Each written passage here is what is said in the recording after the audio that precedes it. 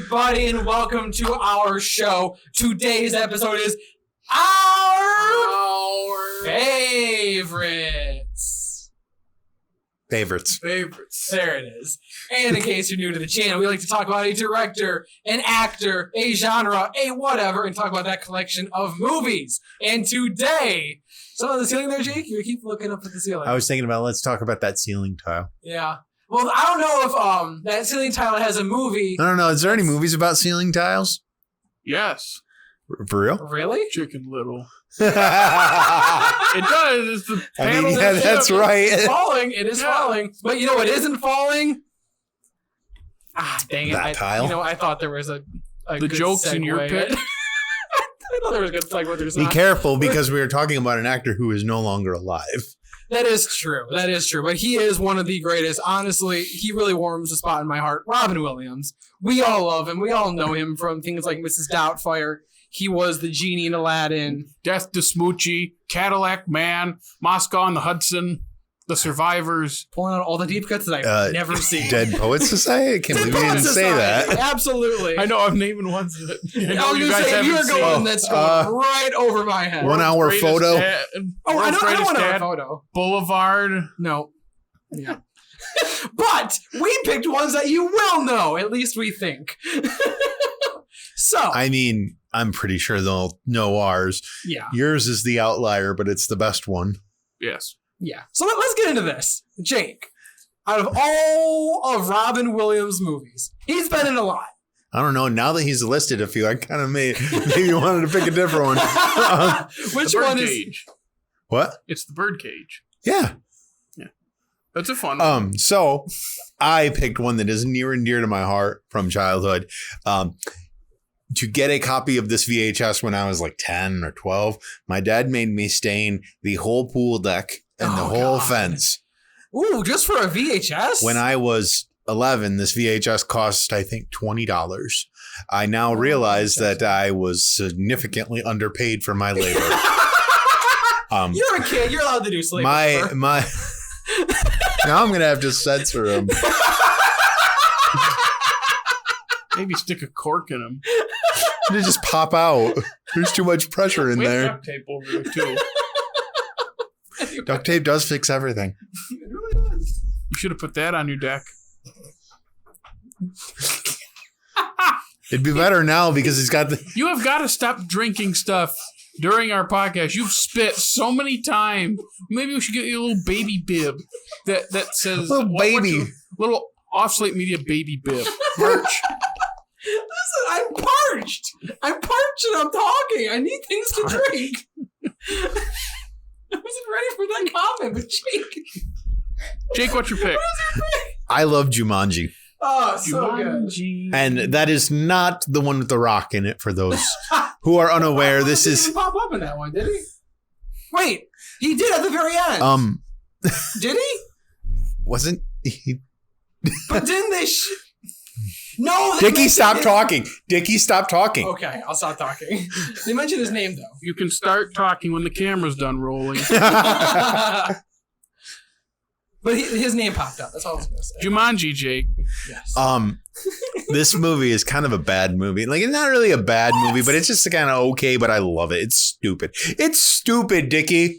It's a board game. It's stupid. Awesome. It's stupid. Can you tell me a single movie that turned a board game into a movie before Jumanji?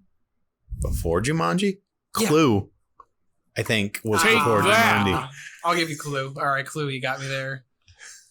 Clue is better than Jumanji. It's not the same, though. No, but I think it's a better movie. I feel like also just because I watched Jumanji as a kid, that's why it holds that place in my heart. But man, I love Jumanji. It's not as funny as I remember. Like, I remember laughing at it really hard as a kid. It's not that funny. It's really serious. Like, Robin Williams is mean to those kids. He's a jerk in that movie to people. I remember this time I'm like, was he always this mean-spirited in this movie? He's not being that funny in this movie. But like, he also has a reason to be mean-spirited too. He was trapped in the board game for... Yeah. What did you realize this watch through? Oh, so, sometimes I don't hear that good. I don't know if that's because I'm not paying attention to the movie or Me too, bud. Me too. I just whatever. I watched it with the subtitles on this time, and I realized when Alan is being sucked into the board game, he says, "Roll the dice, Sarah." I never noticed that. Sarah! As he's being sucked in. Yeah, I thought I never heard that before. And so then I realized this entire stupid movie is Sarah's fault. And then, because they do have a scene where he calls her out for, like, you left me trapped in the jungle. Because she's trying to say, like, you have no idea what it was like living with that where everyone thinks you're crazy. He's like, I was living in the jungle by myself for 26 years. And she's like, well, I'm sitting there going, Sarah, this is kind of on you. I'm sorry I'm sorry the bats chased you away. That's not fun, but also... You could have come back. That's what I was going to say, though. She could have just picked up the board and rolled. Granted, that's probably really hard to do after she was terrified. Now, it was 5 or 7, though, wasn't it? So the chances of her actually rolling a 5, oh my gosh, there's so many holes in this movie now that I think about it. Yeah, because what if she doesn't? Does it skip him? Does it? I think it does skip him. It would have to. She would keep going. Yeah. She could win the game. In 3 turns. Yes. Yeah, she could win the game without him getting out of there before the end of the game because she could just not roll a 5 or a 7. But not to dog on it because it really is my favorite. It's just a lot of fun. It's a lot of adventure. It's a lot of silly things that are maybe not as silly in hindsight as I thought they were when I was a kid. Like, so I remember... I was just I didn't mean to cut you off, but the monkeys scared me. Oh, because they're so poorly animated. You thought it was the monkeys? How about those spiders? Oh, yeah, the spiders, They were clearly, practical. Mm-hmm. And there's just something about the movement that just, as a kid... The plant scared me the most. Oh, when they shoot her in the neck? No. Well, yes, just the plant in general. And then, the monsoon scene, that's a great set piece. Yeah. With the crocodile. Yeah. So granted, I feel bad because I feel like I should have rewatched this one as well. I did not. You did rewatch this? Yeah. Do the effects hold up nowadays? Because I feel like they're pretty cool. I'd say everything but the animals, everything but the monkeys and the stampede. Even the stampede's not terrible because it's far away. Right. When things are in motion and kind of hard to see, it's fine. When it's the monkeys in the kitchen or the monkeys in the cop car, it's even the plant was fine. Yeah, but that's practical. So that's not all of it. Some of the vines growing was not really. The vines pulling the cop car into the woods. Oh, that. Okay, yeah. Stuff like that. That poor cop car. Oh my god, that cop car went through it. What's his name? David Alan Grier. Yeah. Wait, he was fine. The cop, that's his name. That's his actor's name? And Carl Bentley is the character name. There we go. That's what I was Carl, but he's funny. That's the thing. In a Robin Williams comedy, Robin Williams is not the funniest character. Mm-hmm. Robin Williams is not that funny in this. There's one line in the movie that killed me as a kid, and it's he goes into the bathroom and goes, no more banana leaves. Which, as a kid, I thought it was more energetic this watch through when he says it so, just more of a relief than a comedic line. And I go, I remember this being no more banana leaves. But that's what happens to you when, you remember things differently. Huh, that's interesting. I didn't realize that. But one thing I did realize on this watch is I think the ending severely lets the entire movie down. Because it resets the entire board. Mm-hmm. It resets the entire reality. So everything that has happened up to the point where the game ends is fake. True. So what about all the people that were born during that 27 years or what happened during that 20? I know I'm thinking way too far into it. Yeah. But I was gonna say, I feel like it's one of those things where you kind of have to overlook it to enjoy. There is a level of suspension of disbelief. Come on. It's a game turned into a movie. But that is kind of a sobering scene when the kids don't recognize who he is. Yeah. But at the same time, they stop them from going skiing, and I guess that's happy, but well, actually, that's the second funniest part of the movie with Robin Williams. Oh, we were thinking about taking a little vacation. No! No! You just scream at them. That I had to back that up this time through. It always made me laugh. But I lived this whole time up to this rewatch thinking the kids recognized it. For some reason, I thought the kids were smiling in a way that like they knew what was up. But then when you said to me like, "No, that's not true," I go, "Huh?" And I watch it this time. I go, "Yeah, wow, I was stupid when I was younger." When did I watch this last? 14, 15. And let's just not forget here. This is Kirsten Dunst. Oh my God, which is weird, isn't it? Academy Award nominee. Yeah. But overall, it's just fun. Like the dude that is the hunter, he's hilarious. That's the guy that's his dad.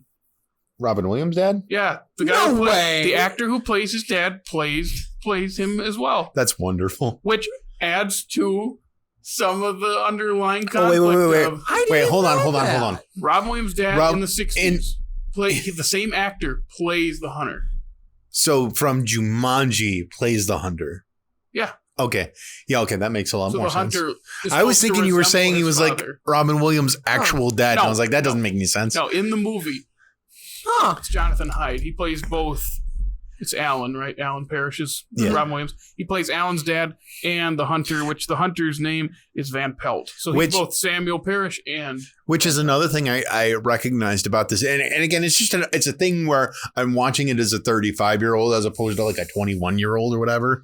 Yeah, time is changing. And so it's like, I'm like watching this. I'm like, they're painting it like his dad is some kind of like really mean guy. He's like, no, I mean, I don't know that I would address it the same way as a kid, but I understand where he's coming from. And yeah, you did kind of ruin that dude's life by ruining that shoe. Like I would be pretty upset as well. Yeah, he just runs out. Yeah. He's there. He sees it happen. He's a little this, and then he just runs away. I go, he's a little shit this entire movie.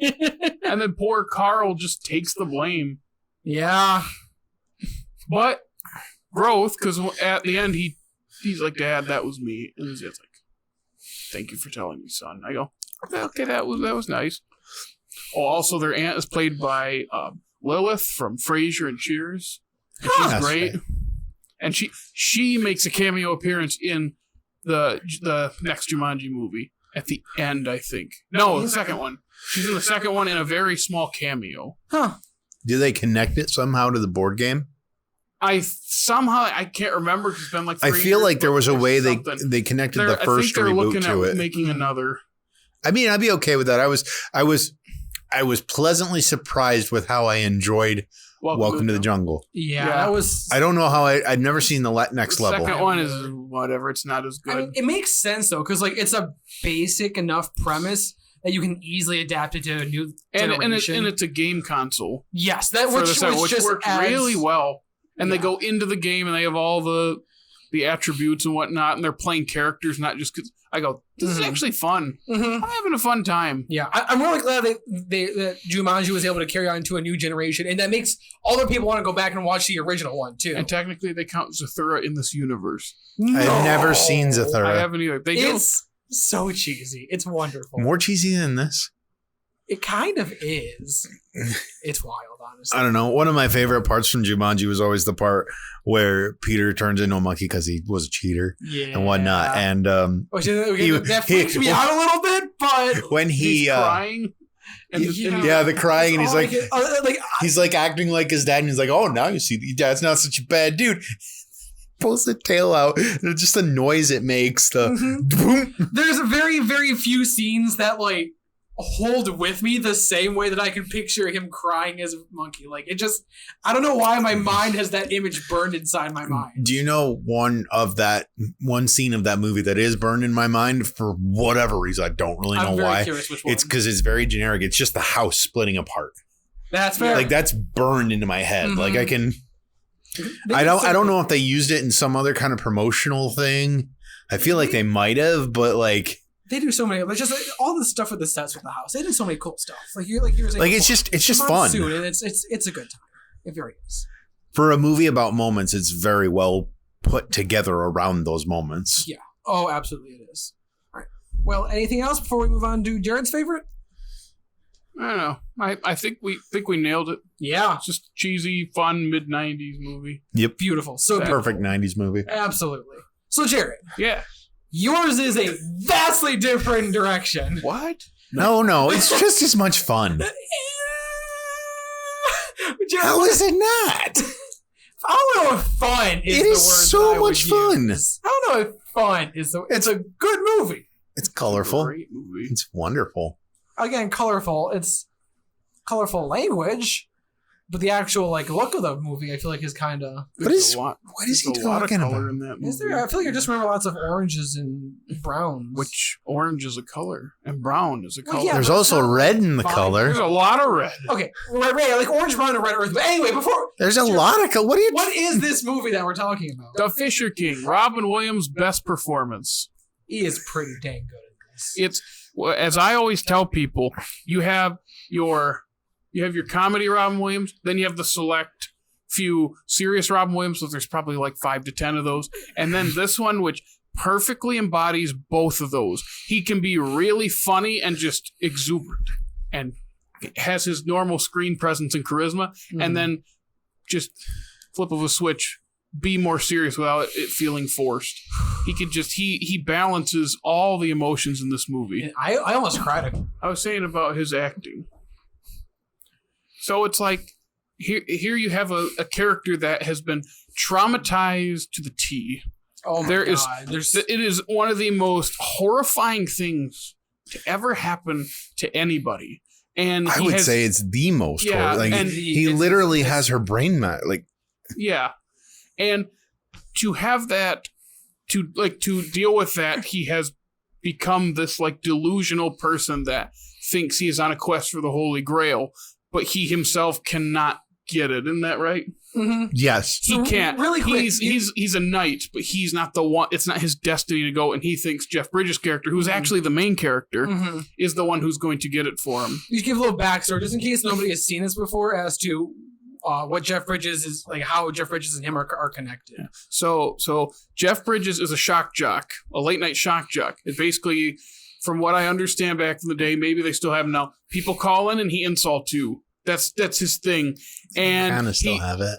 he uses words, there are a couple words in this movie that's yeah, we wouldn't say that now. Oh yeah. But it makes sense for his character. It makes sense in the movie why they were said, why they were said. Absolutely. But then he goes a bit too far with one guy and has this whole thing about yuppies. Mm-hmm. And what happens is it ends up causing the guy to go shoot up a restaurant that Jeff Bridges had pointed out as a yuppie watering hole.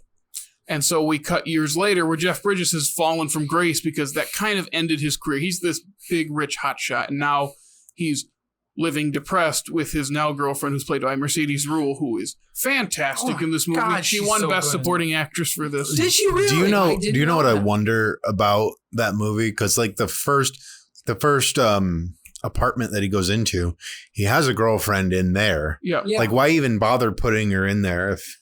I think it's the juxtaposition of this is who he's with here, who's kind of just this cold person that you'd expect someone with money to have, and then you contrast that with Mercedes Ruehl, who's an actual good person and is actually cares about him and is trying to help him, and he's a jerk for most of this movie. Yeah, most of it. Right up until about the last 20 minutes, not even 20 minutes. It makes perfect sense because he's a bad person who's depressed because this. So what I like is he doesn't ever try to defend his actions. He straight up has accepted that he is the cause of this, but he goes too far, and it's he cannot pull back from this. So let me ask you it, because I've seen this probably 2 or 3 times, maybe. Yeah, I've seen this about 3 times. I never catch it. Is he missed out on that TV part, and that's why he's so bitter about it when the lady comes up to him in the store, right? He's not that character that he's practicing the line to in that bathtub scene. Yeah, when they're also watching the show on TV. Yeah, where I think they had Harry Shearer play the part of the guy who took his role. I think that was Harry Shearer. So I just wanted to make sure I understood that correctly. I think so. It's supposed to be he's watching it because he's hate watching it. Mm-hmm. He wants it to be bad because he didn't get the part. Because he's I hate this show. It's bad. This bad. And she's like, then why are we watching this? And it's just because he's hate watching it, which is an actual thing. Oh, absolutely. I hate watch some stuff too. And I just love out the first scene that Perry is Rob Williams' character's name. And the first scene with Perry is great. Where he saves him from the two goons. That's so good. Yep. And then it's another movie where the whole thing's great. There are so many great scenes. What did they call it? Cloud bursting in Central Park. Oh, jeez. Is that when they strip down and That's the one part of the movie that I find is misplaced because Robin Williams basically lays out the whole groundwork of the Fisher King, which is supposed to tie into what's happening to them in reality, but it's at like the hour mark. There's another hour and 18 minutes left. Very curious. It's very early. I feel like that somehow should have been pushed late. I don't know where they'd fit it. It's just one of those things like if they took it out and only had the one at the end, though, it'd feel like he came out of nowhere. Yep, it's just an odd spot. I think it's just a thing to actively show the progression of Jeff Bridges. Sorry, my brain. Yes, Jeff Bridges' character, because in the first one he refuses to get undressed, and the second one he's already undressed. Yep. Then and then what? It's just so weird. This movie was really interesting. It's just it's really pretty tame compared to stuff that's out there. I love it. I love it. I do have a. Are you done? No, I was just gonna say. And then you have the main four people in this movie. The top four billed actors are all fantastic. That's what I like. We talked about Jeff Bridges. We talked about Robin. We talked about Mercedes Ruehl. And then you have Amanda Plummer as Lydia. One of the weirdest but most endearing characters ever because you love her, but it's not like she's not annoying. She's pretty obnoxious, a little gross, and a bit of a jerk. When they straight up say that in the movie, she's like, really? Like she's excited someone's actually calling her out because she's not a social person. She's going through the video store with Robin Williams. And he's knocking over. They're both knocking over. All the video tapes just falling out of the ground. Or don't forget legit the dinner date scene is one of my absolute favorites. It is my favorite dinner scene in all of cinema. I don't blame you there. Because it is colorful, it is simple, it is relatable, and it ends in just the most. It's just such a hard I was just gonna say the progression of it. It's like, oh, is this gonna start awkward, and then they all get along, and it's like, no, it's just slowly going through it. It's just slow, and then you realize they're made for each other. They're playing whatever with the chopsticks and the was it the dumplings? Yeah. And I just remember you're watching this, and it ends with him singing "Lydia the Tattooed Lady." I go, oh, that's right. I forgot about that. That's perfect. And then when it cuts to Jeff Bridges and Mercedes Ruehl laughing about it after the fact.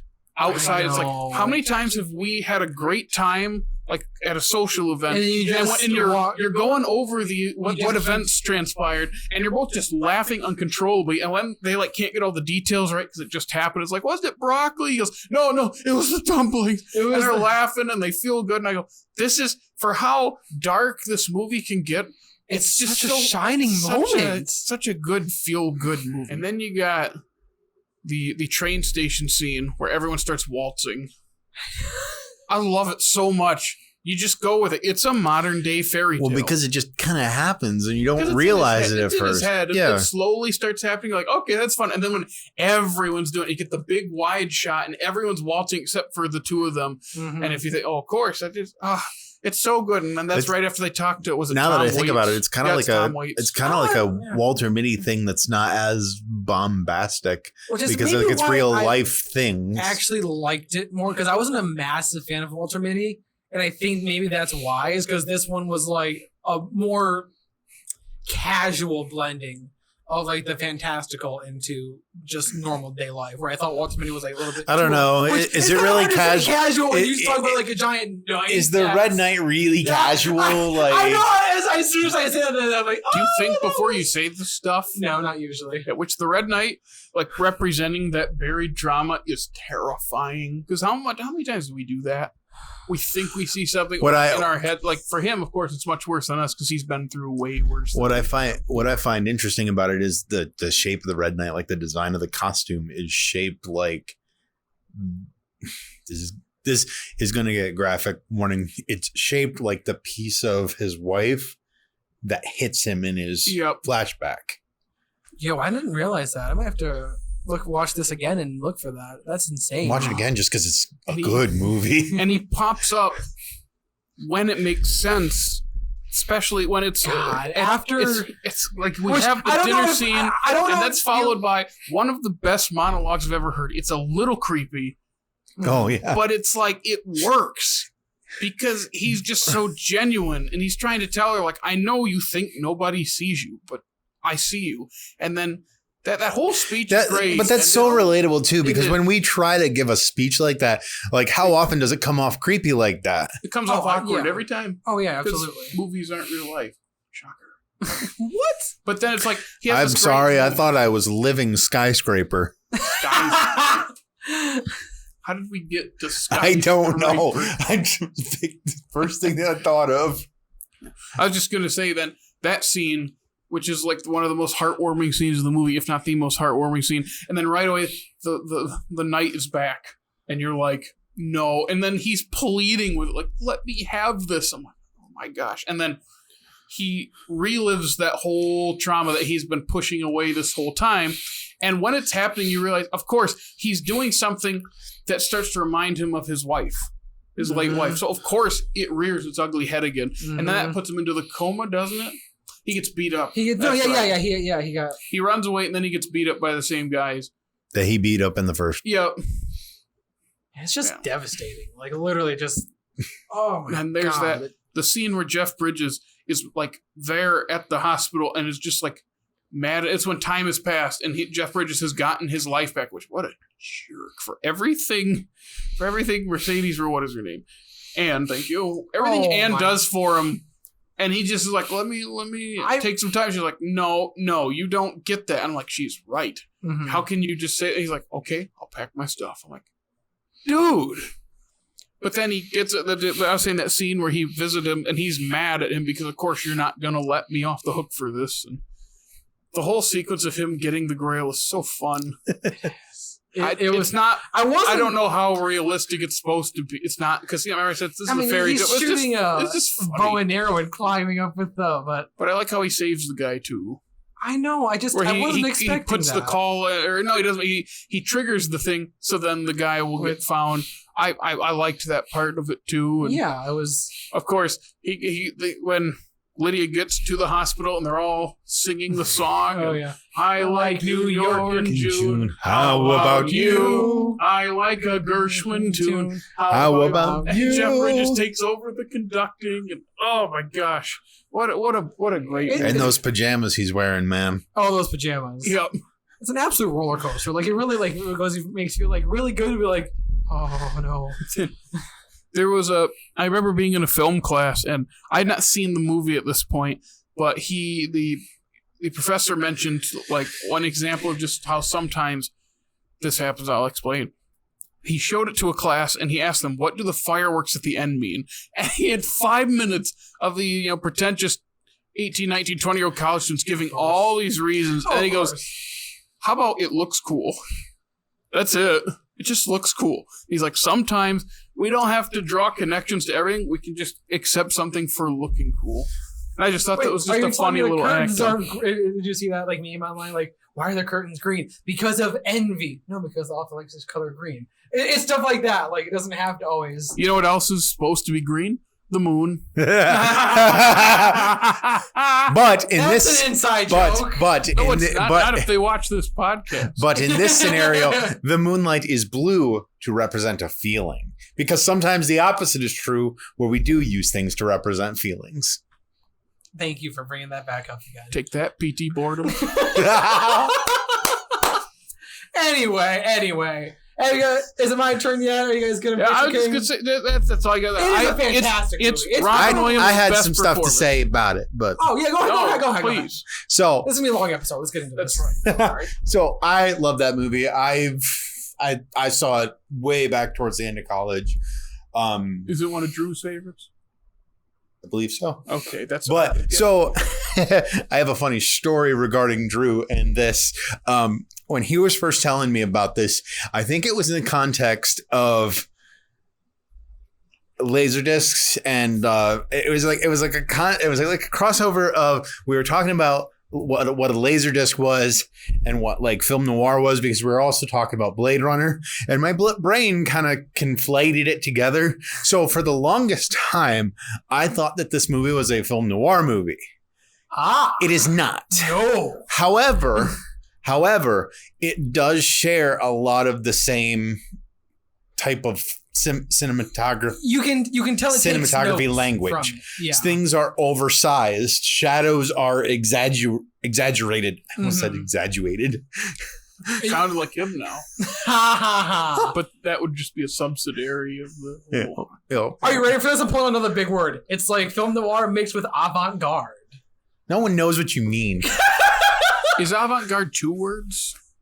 It's hyphenated, so I don't know if that's considered one or 2 words. I'm Googling. But I just think that like you were saying, like it's the over-exaggerated shadows in the very stark lighting. Like the buildings are so much bigger than what, like the archways are big, and like the subway, it feels like it is over-exaggerated. And again, there's all sorts of contrast between what's in the light and what's not in the light. Very high, and it's got that gritty, like early 90s feel to it. Yeah, it does. It looks pretty gross at times. A lot of it has the language, like the feel of like parts of the 80s Blade Runner to me. Yeah, I can like absolutely see just that. in the grit and in the way that it interacts with the city. Mm-hmm.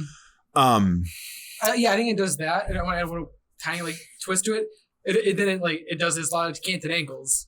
It's a very interesting feel because it does that noir stuff, but it's not though, because it's the guy that helped make Monty Python and the Holy Grail and Brazil. There's a Terry Gilliam's pretty great. The other thing that I think is interesting for us to talk about is one of the things that I had a misgiving about the movie was at the end when he comes out of the coma. When I first saw that, and even this time when I saw it, I was like, is that kind of him, like them kind of like glossing over his trauma? Bridges, right? Yeah, when he talks, but it's like the same character.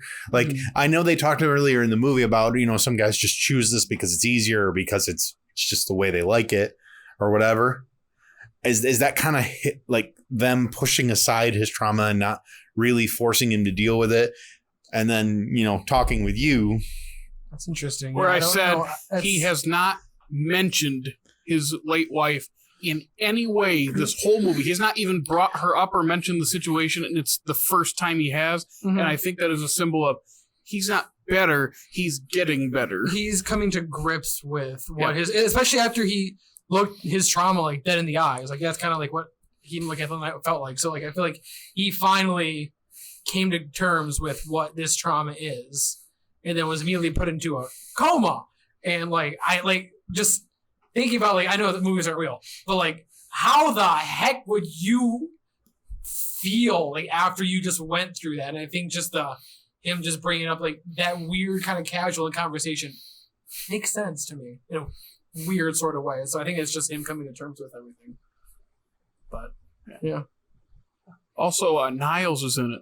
Yeah, from for Frasier. two scenes. Yeah, he was. For two 5-second scenes. So that's 2 movies today that has a Frasier character. Wow, look at this. I mean, Niles gets pushed into a wall of pornos. He does?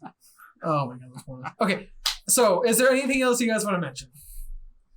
The only other thing is that I did not recognize Jeff Bridges at all. Me freaking neither. I saw that and I was like... This kept throwing me off. I'm like, that's not Jeff Bridges. And it's because there's 2 separate chunks of his career.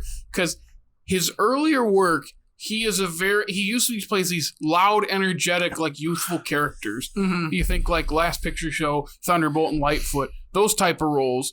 And then you have the later stuff where he's the grittier, he's the chubbier, dude. like Rooster Cogburn, Jeff Lebowski type roles where it's it's just a completely different character, which it's funny because Big Lebowski's the same decade as this. It's 7 years later. Yeah. So it's just one of the 7 years later. Yeah. Big Lebowski's 1998. Huh. For some reason, I thought it was newer. Me too. That just messed with my head so much. Yeah, so it's one of those things. It's kind of that transition period where he was kind of transitioning out of that youthful type role into more adult roles. Not that he hadn't before Fisher King. It's just you have this image of him here, and you have this image of him here, which You're totally ours right. is the latter. Yeah. Because we're just used to his Rooster Cogburn type role. Because like Hell or High Water is another one where he's basically acting like Jeff Bridges. Yeah. Huh. That's just how it's happened now. It's just funny to see him that young. Or R.I.P.D. Why? Why? Out of any newer movie, Because it is the absolute worst one I could think of. Jesus. Mr. Noodle's in it. You remember Mr. Noodle from Elmo's World? Yeah. Yeah, he was in this. He was. I gotta get the names. What? Mr. Noodle is in Yeah. this? So the cabaret singer. Remember the one that's screaming help and is trying to.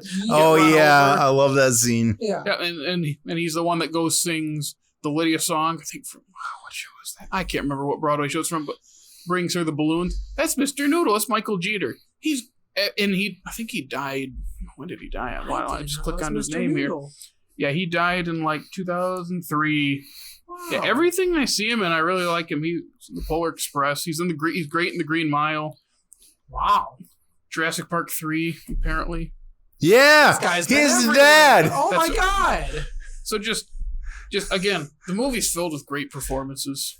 It is. It really is. Is that the part that you think hasn't aged well? That one I don't know about.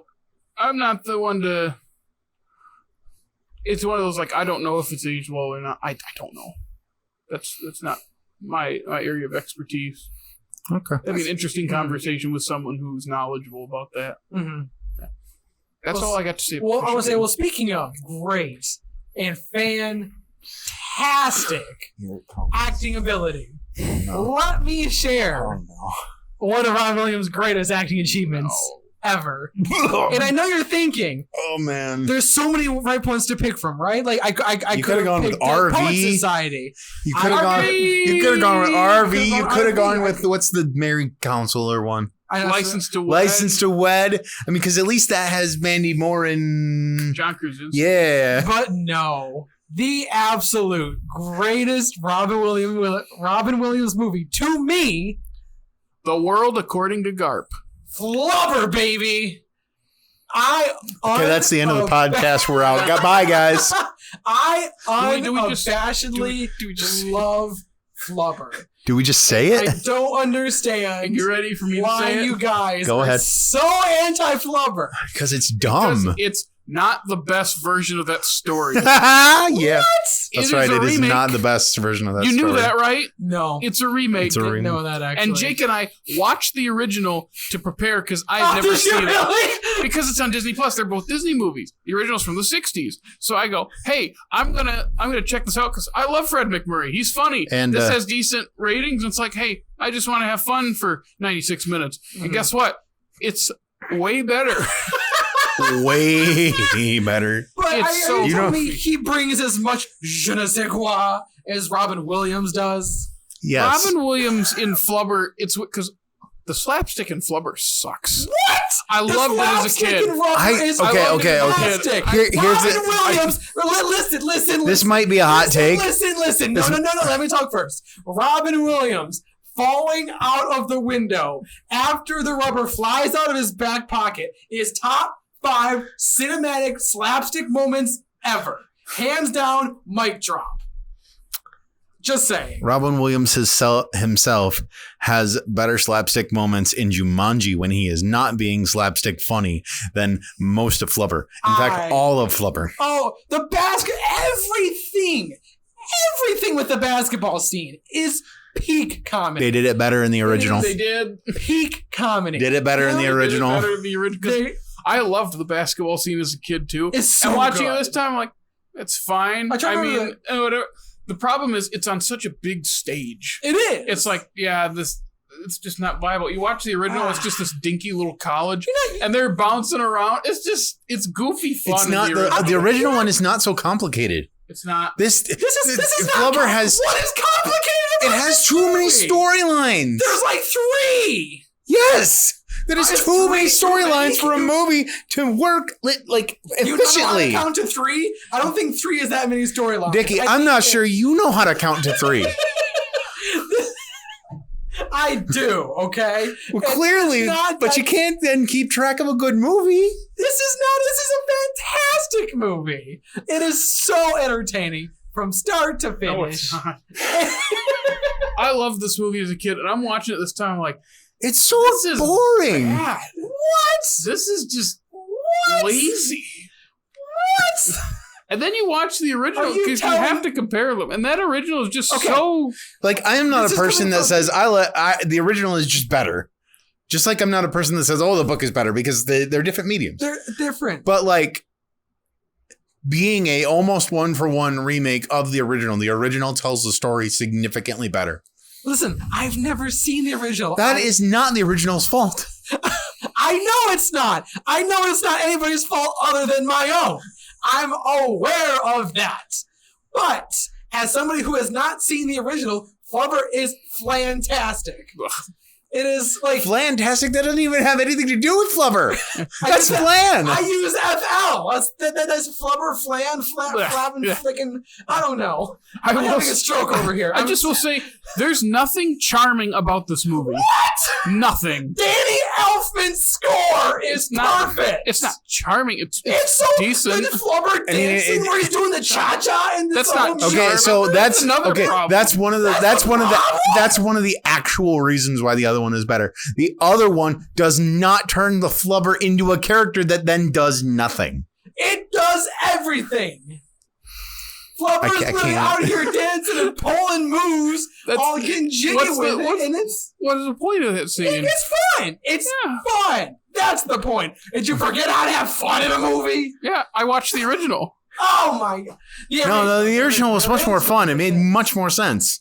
And there's just something about Fred Listen- McMurray being just so gumpy about it. He's like, they'll be flabbergasted. Flabbergasted. I go, man, that's good. That's dumb and it's fun. And then this one, there's just Okay. nothing like that. in your brains, okay? And this is gonna be really hard for you guys. Imagine you're me. Well, we mentioned like the basketball thing, and then we mentioned how like Flubber Oh, becoming a there's- character is just not a great choice because then he doesn't do anything, and then you're like, well, he dances. He no, dances. plot-wise, he does nothing. Listen, Why Well, make and him a then- character? and then- I don't need him to always further the plot. What Then I why is he need a character? Because he's fun. He's a But he can be green funny blob. if he's an object. But he's a green blob that just bounces Because the around. funny part is what he does to the environment that he's around. Yes. Like, which then is why like- does he need to be a character? He doesn't. Exactly. And he He is disagrees with us. Yes, he is. Not They really. turned him into a character that There's- dances around and goes, whoa! That's not turning him into a character. That's They not did. making They- him they- have a they character did. arc. Wait, wait, Literally, wait, because wait, They wait. make him out to be like an animal, like a pet. Well, They yes, tickle it. yes. They make him out to They be don't a do that pet, in the not original. a character. And it works Not better. a character. Hold on. Back up. No, the Back up. vocabulary is wrong, okay? Back up. What does Flubber say again? He doesn't say anything. He goes, "Ah!"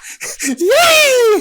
He's like R2-D2 when he's screaming. So here's the thing: you make him a character the second he's like a pet, where it's like I'm okay with him being like because a they pet. say him too. Yes, what's wrong with That's him? a character. They made him a character. The The second they do it, it's like he's basically an animal. Yes, he is. Why? He's a pet. Why? Why make him a character then? He's not. Stop using the word character. He is a character. He's not a character. He is a the character. Main character. No, basically. the main character is Robin Flippin' No, Williams. no, if Bro, it was, bro, then bro, the bro, name of bro. the movie In would all be the- Professor Okay, I'm sorry. In all the- We just went over Fisher King. Is Fisher King the main character's name? No, the name of the movie doesn't have to be the name of the main character. That's not what we're arguing. The name of You this just movie said is a that. character's You just name. said that. You even listening to me? Yes. No, he wasn't. The name of this movie is a character name. Well, no, it's not. It's just Flubber. Listen. What? All of the marketing, every McDonald's toy, every Burger King ad, whatever it was, Yes. had Flubber dancing to that stupid mambo. It's a fantastic mama, but okay. He is a character. At the point that they use that dancing scene for marketing, that makes him a character. Whether that is a director's decision or a studio decision is beyond me, but he is a character. He is. We're even giving him a gender, and we probably shouldn't because he has They do. They say No, we but- have to save him. But then also there's a girl Flubber too, isn't there? Because isn't there like a whole like little Flubber wedding thing? That's what it is. And then he dances around with the evil yellow flying R2-D2 thing. Don't you dare talk of... Wait, hold on. This is your favorite, and you just What said is her name? Oh no, what's her name? I know her name. You know her name? No, He used to look. I don't care enough. Hear Robin Do Williams you want saying... me to say it? Once you say Can I it's going to say it? piss me off that I can't remember it. It's Weebo. Weebo! Yeah, of course. Weebo is evil. Oh, yes. Yeah, Weebo's not great. That's a whole other plot that doesn't need to be there. Why not? It just... How does it add anything? How does it add Tell you anything? what it adds. Put on your listening ears, kids, because I'm about to teach you a lesson. I Where are we can't. I getting got the too much listening flubber ears? in them. Where are we getting these listening ears? Not from you. Listen. Nobody taught us listening ears. The reason Weebo is evil is to show that it's not a Robin Williams' fault, that he's actually a good guy at the very bottom of it. Then where's the conflict? So it's like, Hold he up, missed his hold up. wedding, but the it's not his conflict fault. is him not knowing that Weebo is doing these things to him. Have you heard of dramatic irony, buddy? That's not dramatic irony. That's when we know something. So then why are there like 5 villains in this movie? Because why not? There's too much fun. Not? Again, it's too much. Fun. It's fun. Are you telling me the scene where Flubber enters the man's mouth, jiggles around disgusting. him, and flies out his butt isn't one of the funniest things you've ever It's seen? not. That is fan. Why are you throwing stuff at me? Especially when you have poor Christopher McDonald going, "Oh, mommy." It's That's like, so funny.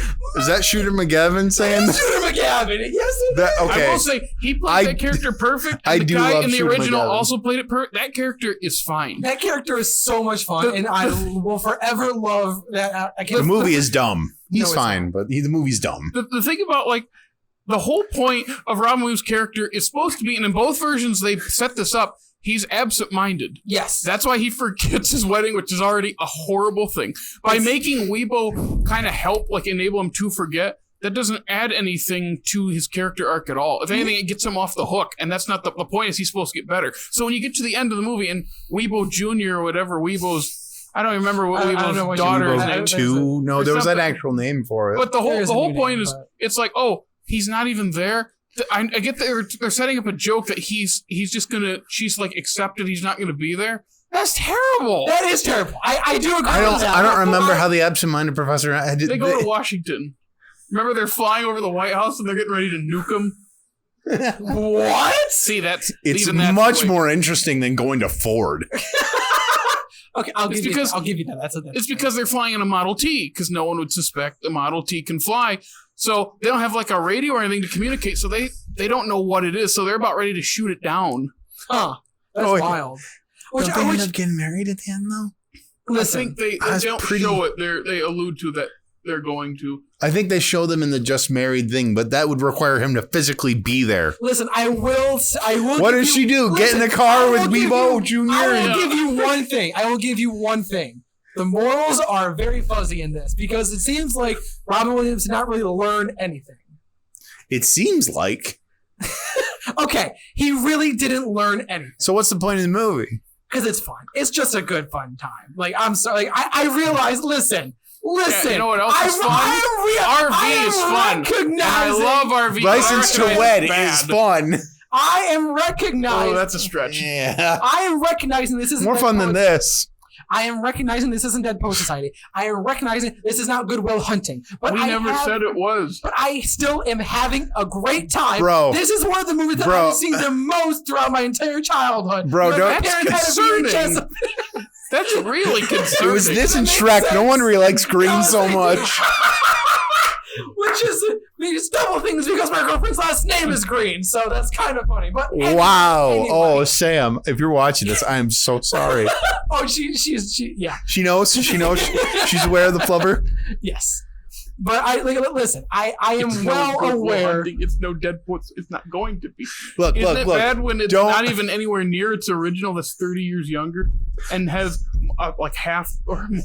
Bro, I just got to say this. Don't throw your Dead Poet Society. I mean, don't throw your Goodwill Huntings. I mean, I picked Jumanji as my favorite. I know, exactly. So you understand. No, Jumanji is infinitely better than this pile of hot garbage. but Robin Williams is only barely likable in this thing. I'm telling you, he's not likable in Jumanji. Listen, he's almost a bad guy in Jumanji. I'm coming to terms. I realize that he is not a good person in this movie, but I have fun with it. I've seen this more times than I would like to say.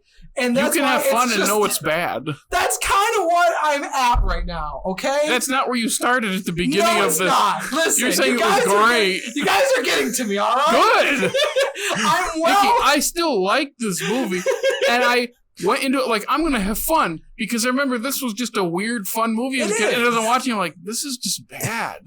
It's boring. It is kind of boring. It's boring and overly complicated, and like I just have that so whole thing where it's like, oh yeah, we're going to show the chemistry, and it's going to turn into the credits, and like, with come on. Even the bowling ball and the golf ball. Oh, that is so good. It killed me as a kid, and watching it instead, I'm like, this feels like diet slapstick, like diet 90s slapstick. But do you know what I think really sells it for me? The end credits? That's the sound effects. Legit, the boom, bang, bong, like those sound effects. I thought he was going to start talking about fart noises. Like, I just like this. Flubber's butt. I like the sound of Flubber hitting things. You know, you kind of have the same shape as Flubber. Hey! Why? I'm sorry, that's me. What are you talking about, him? I'm not going to comment on that on camera. But okay, I have exhausted myself. I will give you. Listen, I will concede, and not entirely. It's shorter than the original too. I didn't even realize that it feels twice as long. Yes, it does. Because it doesn't retell it well. I will concede that the morals are iffy. I will concede that there are many. There are some questionable scenes in this, but overall, it is a fun movie. You are allowed to like whatever you want. Thank you. You feel better over there? I feel better. Mr. Hot Britches? Your pants are probably on fire now with all the lies that you've been telling. Yep. So funny. Funnier than this movie. See, it's true, too. I give up. We should tell him about the best scene in the original movie. Don't tell me, actually, because maybe I'll go back and watch this. Okay, not maybe. I will actually. Well, then we'll have to revisit Robin Williams' favorite movies, and you'll have to change. Maybe we will. The old one has what's on its side is because it's in that campy 60. It has more charm category. than this one. It has more charm, and it's not laugh out loud funny, but there's just this good feeling you have during it. Like, I love Robin Williams, but he's not a good person in this movie. There's not really a Fred whole lot of... McMurray isn't a great person in the other movie because he keeps missing it, but there's just something about his character that is just endearing in it. There's not a whole lot of conflict in the other one. It just kind of happens. The main conflict is him and Nancy Olsen.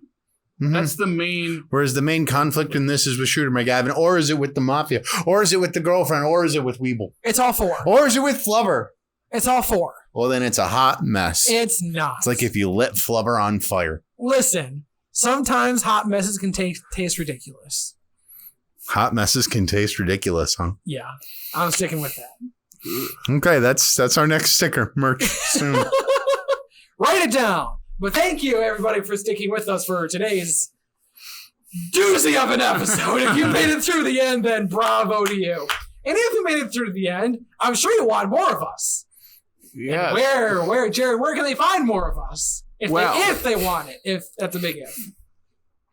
If you don't want to be Flubber and actually be funny, you can go to our TikTok because it's funny. Is there some Mamba there?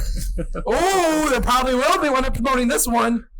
Probably because he's going to pick his own favorite. I do a good job of mixing it up, I think.